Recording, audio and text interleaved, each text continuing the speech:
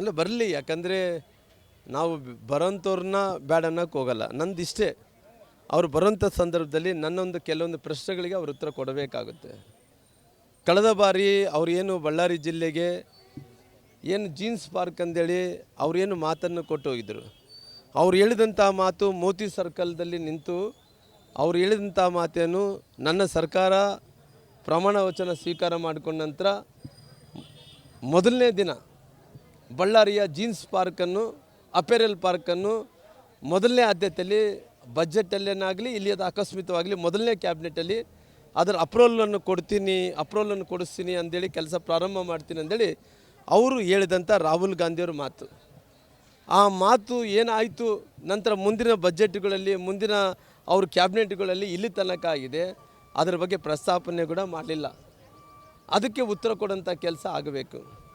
ಹಾಗಾಗಿ ರಾಹುಲ್ ಗಾಂಧಿಯವರು ಇಡೀ ರಾಜ್ಯದಲ್ಲಿ ನಮ್ಮ ಸರ್ಕಾರ ಅಧಿಕಾರಕ್ಕೆ ಬಂದರೆ ಇವತ್ತು ವಿಶೇಷವಾಗಿ ಸ್ತ್ರೀಶಕ್ತಿ ಗುಂಪುಗಳ ಸಾಲವನ್ನು ಮನ್ನಾ ಮಾಡ್ತೀನಿ ಅಂದೇಳಿ ಅವರು ಆಶ್ವಾಸನೆಯನ್ನು ಕೊಟ್ಟಿದ್ದರು. ಅದು ಎಲ್ಲೋ ಹೋಯ್ತು ಅಂದೇಳಿ ನನಗೆ ಒಂದು ಗೊತ್ತಾಗಿಲ್ಲ. ಬಳ್ಳಾರಿಯ ವಿಮಾನ ನಿಲ್ದಾಣವನ್ನು ಆ ವಿಮಾನ ನಿಲ್ದಾಣವನ್ನು ನಾವು ಅವತ್ತಿನ ಸಂದರ್ಭದಲ್ಲಿ ಹತ್ತತ್ರ 100 ಕೋಟಿ ರೂಪಾಯಿ ಅನುದಾನವನ್ನು ಬಿಡುಗಡೆ ಮಾಡಿ ಇಟ್ಟಿದ್ದೆ. ಆ 100 ಕೋಟಿ ರೂಪಾಯಿ ಅನುದಾನ ಕೂಡ ಇವತ್ತು ಬೇರೆ ಅದಕ್ಕೆ ಬಳಕೆ ಮಾಡಿಕೊಂಡು ಆ ಅನುದಾನವನ್ನು ಕೂಡ ಖಾಲಿ ಮಾಡಿಟ್ಟಾರೆ. ನನಗೆ ರಾಹುಲ್ ಗಾಂಧಿಯವರು 4ನೇ ಪ್ರಶ್ನೆಯಿಂದ ಪರಿಶಿಷ್ಟ ಜಾತಿ ಪರಿಶಿಷ್ಟ ಪಂಗಡಗಳ ಸುಮಾರು 11,000 ಕೋಟಿ ಹಣ. ಯಾಕಂದ್ರೆ ನಾವು ಹೈದರಾಬಾದ್ ಕರ್ನಾಟಕದಲ್ಲಿ ಪರಿಶಿಷ್ಟ ಜಾತಿ ಪರಿಶಿಷ್ಟ ಪಂಗಡಗಳಿರೋಂಥ ನಮ್ಮ ಮಕ್ಕಳ 11,000 ಕೋಟಿ ರೂಪಾಯಿ ಅಂದರೆ ಮಕ್ಕಳಿಗೆ ಸ್ಕಾಲರ್ಶಿಪ್ ಇಲ್ಲ, ಮಕ್ಕಳಿಗೆ ಪಠ್ಯ ಪುಸ್ತಕ ಇಲ್ಲ, ಮಕ್ಕಳಿಗೆ ಇವತ್ತು ಶಾಲೆಗಳಿಲ್ಲ, ಆ ಮಕ್ಕಳಿಗೆ ಬಳಕೆ ಆದಂಥ ಯಾವುದೊಂದು ವಸ್ತುಗಳಿಲ್ಲ. ಮಕ್ಕಳಿಗೆ ಉನ್ನತ ಶಿಕ್ಷಣ ಮಾಡಬೇಕಂದ್ರೆ ಆ ಮಕ್ಕಳಿಗೆ ಪ್ರೋತ್ಸಾಹಧನ ಕೂಡ ಇಲ್ಲ. ಆ 11,000 ರೂಪಾಯಿ ಲೆಕ್ಕ ಇಲ್ಲೋಯ್ತನ್ನಂಥ ಮಾತನ್ನು ಕೂಡ ಹೇಳಬೇಕಾಗುತ್ತೆ.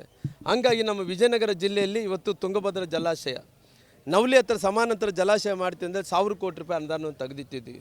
ಆ 1,000 ಕೋಟಿ ರೂಪಾಯಿ ಅನುದಾನವನ್ನು ತೆಗೆದಿಟ್ಟು ಸರ್ವೆ ಸಲುವಾಗಿ ಇಟ್ಟಿದ್ರೆ ಆ 1,000 ಕೋಟಿ ರೂಪಾಯಿ ಎಲ್ಲೋಯ್ತಾನ ಅಂತದ್ದು ಅವರು ನಮ್ಮ ಪ್ರಶ್ನೆಗೆ ಉತ್ತರವನ್ನು ಕೊಡಬೇಕಾಗಿದೆ. ಆ 1,000 ಕೋಟಿ ಎಲ್ಲೋಯ್ತಂದೇಳಿ ಇವತ್ತು ಅನೇಕ ವಿಚಾರದಲ್ಲಿ ಬೇರೆ ಕಡೆ ಮಾತಾಡೋ ಅನೇಕ ಅವರು ಕೇವಲ ಸುಳ್ಳುಗಳನ್ನು ಹೇಳ್ಕೊಂಡೇ ಅಧಿಕಾರಕ್ಕೆ ಬಂದಂಥವ್ರವರು. ಹಂಗಾಗಿ ಅಂಜನಾದ್ರಿ ಬೆಟ್ಟಕ್ಕೆ 100 ಕೋಟಿ ರೂಪಾಯಿ ಕೊಡ್ತೀನಿ ಅಂದೇಳಿ ಇಲ್ಲಿ ತನಕ ಆಗಿದೆ, 1 ರೂಪಾಯಿ ಕೂಡ ಬಿಡುಗಡೆ ಮಾಡಲಿಲ್ಲ. ಹಂಗಾಗಿ ಇವತ್ತು ಎಲ್ಲವನ್ನು ಕೂಡ ಸ್ಟೀಲ್ ಸಿಟಿ ಆಗಿ ಮಾಡ್ತೀನಿ ಅಂತ ಹೇಳಿದ್ರು, ಅದ್ರ ಬಗ್ಗೆ ಪ್ರಸ್ತಾಪನೆ ಇಲ್ಲ. ಇವತ್ತು ಬಡವ್ರಿಗೇನು ಅವ್ರು ಏನೇನು ಗ್ಯಾರಂಟಿಗಳನ್ನು ಕೊಟ್ಟರು, ಆ ಗ್ಯಾರಂಟಿಗಳು ಇವತ್ತಿನ ತನಕ ಇದೆ, ಕೇವಲ ಕಾಗದ ಪತ್ರದಲ್ಲಿ ಮಾತ್ರ ಇಂಪ್ಲಿಮೆಂಟೇಷನ್ ಆಗಿದೆ. ಗ್ರೌಂಡ್ ರಿಯಾಲಿಟಿ ಬಂದರೆ ಅವ್ರಿಗೆ ಇನ್ನೂ ಹತ್ತತ್ರ 50% ಕೂಡ ರೀಚ್ ಆಗಲಿಲ್ಲ. ಕಾಗದ ಪತ್ರದ ಮೇಲೆ 80% ರೀಚ್ ಆಗಿದ್ದಾರೆ. ಇನ್ನು 50% ಕೂಡ ಇವತ್ತು ಗ್ರೌಂಡ್ ರಿಯಾಲಿಟಿಯಲ್ಲಿ ಅವರು ಇನ್ನೂ ಅದಕ್ಕೆ ರಿಯಾಲಿಟಿಯಲ್ಲಿ ಬಂದಿಲ್ಲ. ಹಂಗಾಗಿ ಅನೇಕ ವಿಚಾರಗಳನ್ನು ನಾನು ಕಲ್ಯಾಣ ಕರ್ನಾಟಕ ಭಾಗದಲ್ಲಿ HKDB ಹಣ, ಹೈದರಾಬಾದ್ ಕರ್ನಾಟಕ ಅಭಿವೃದ್ಧಿ ಮಂಡಳಿದ ಹಣ, ಇವತ್ತು ನಾವು ಅವತ್ತಿನ ಸಂದರ್ಭದಲ್ಲಿ 3,000 ಕೋಟಿ ರೂಪಾಯಿ ಅನುದಾನವನ್ನು ತೆಗೆದಿಟ್ಟಿದ್ವಿ. ಆ 3,000 ಕೋಟಿ ರೂಪಾಯಿ ಅನುದಾನ ಕೂಡ ಇವತ್ತು ಒಂದು ಕೆಲಸ ಕೂಡ ಮಾಡ್ಕೊಳಕ್ಕಾಗ್ತಾಯಿಲ್ಲ. ಈ ಸರ್ಕಾರ ಇವತ್ತು 1 ವರ್ಷದಲ್ಲಿ ಇವತ್ತು ನಿಂತು ನೀರಾಗಿಬಿಟ್ಟಿದೆ. ಈ ಸರ್ಕಾರ ಖಂಡಿತವಾಗಿ ರಾಹುಲ್ ಗಾಂಧಿಯವರು ಎಲ್ಲ ಪ್ರಶ್ನೆಗಳಿಗೆ ನನಗೆ ಉತ್ತರವನ್ನು ಕೊಡಬೇಕಾಗಿದೆ. ಹಂಗಾಗಿ ಇವತ್ತು ರಾಹುಲ್ ಗಾಂಧಿಯವರು ಬರ್ತಾಯಿದ್ರೆ ನನಗೇನು ಅಭ್ಯಂತರ ಇಲ್ಲ. ಆದರೆ ಇವೆಲ್ಲ ಪ್ರಶ್ನೆಗಳಿಗೆ ಉತ್ತರ ಕೊಡಬೇಕೆಂದರೆ ರಾಹುಲ್ ಗಾಂಧಿಯವರು ನೇರವಾಗಿ ನಾನು ಪ್ರಶ್ನೆ ಕೇಳ್ತೀನಿ. ಬೆಂಗಳೂರಿನಿಂದ ಮಂಗಳೂರುವರೆಗೆ, ಬೀದರ್ನಿಂದ ಚಾಮರಾಜನಗರದವರೆಗೆ ನಿಮ್ಮ ಸುದ್ದಿ ನಿಮ್ಮದೇ ಭಾಷೆಯಲ್ಲಿ ಕರ್ನಾಟಕ ತಕ್.